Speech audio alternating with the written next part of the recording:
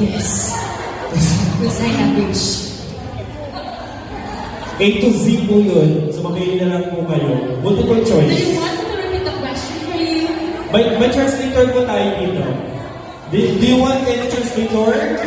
Translator po ba? Sign language.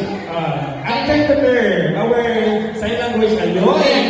Ang ating pagkakaroon na natin ang ating translator ang tawag. Social. Okay, yan. Yung question mo na. Okay, uulitin ko ang tanong para sa iyo, sir.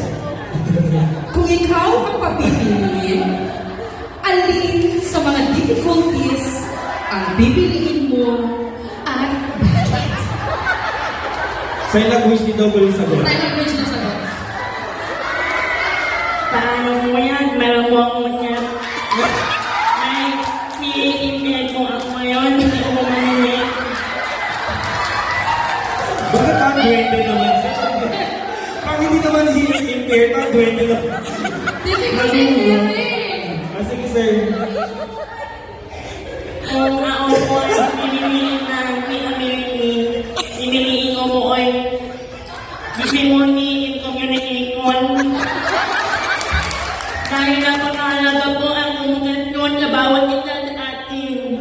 Alam po natin na ang komunikasyon ang siyang nagbibigay ng kapangyarihan upang tayo ay makamakaya o may ipagkahari ang ating nararamdaman.